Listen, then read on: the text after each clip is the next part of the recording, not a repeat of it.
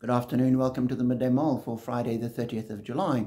Following McShane, today we read Judges chapter 13, the beginning of the story of Samson. And there are a couple of things struck me. The one in the first verse, again the Israelites did evil in the eyes of the Lord, so the Lord delivered them into the hands of the Philistines for 40 years. 40 years of waiting, that's a long time. Cast your mind back to 1981. That was 40 years ago, and just think of everything that has happened in between. All that South Africa has been through as a country. Think of what we've been through as individuals. That's what 40 years is. And God waited 40 years before he raised up another leader to help lead and free the people of Israel. We tend to think if we pray to God, God will act by tomorrow morning. Because surely if all the online agencies can get the deliveries within 24 hours, God can do the same. But God did not take a lot of one of these other online agencies. God is God and he has his own timing, and we need to fit in with his time scale, not him with ours. And so that kind of patience is a challenge to us. So we need to be patient.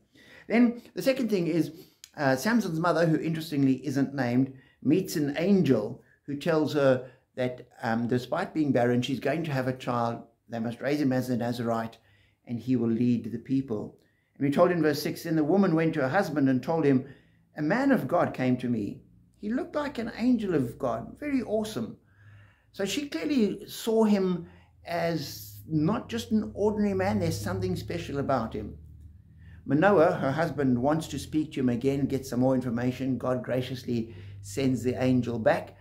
Manoah speaks to him and then offers him some food.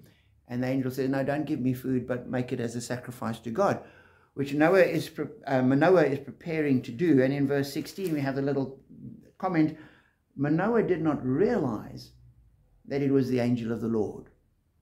So clearly, the angel appeared to Manoah as another person. A man of God, yes, maybe, but just another person. And we might be interacting with people and think we've just seen another person, and it may well have been an angel. And there are these stories of people in situations of crisis where they cry out for help to God, and suddenly somebody arrives and is able to help them in just plain practical ways, and the person goes on their way, and then they suddenly can't be found anymore. Was that an angel or just a person going past? We don't know. But as I thought about it, it made me think we need to treat everybody we meet with due respect, because one wouldn't like to be standoffish and offhand when you're talking to an angel of the Lord. That would not be seemly. So treat everyone we meet with due respect.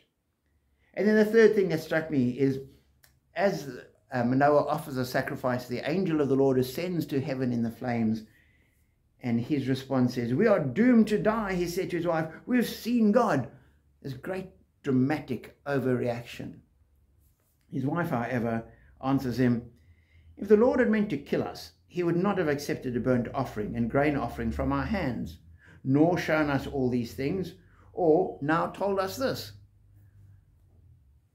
He's busy having this dramatic overreaction, and she just says with plain logic and common sense, if that was true, this wouldn't have happened. So it's unlikely that he's going to destroy us. We need to just get on with things. And sometimes common sense is desperately needed when we find people in a moment of panic. Common sense and plain logic helps very often in those kind of situations. So as you go through life, use your common sense, treat people with respect, and ask God for patience, and know his blessing.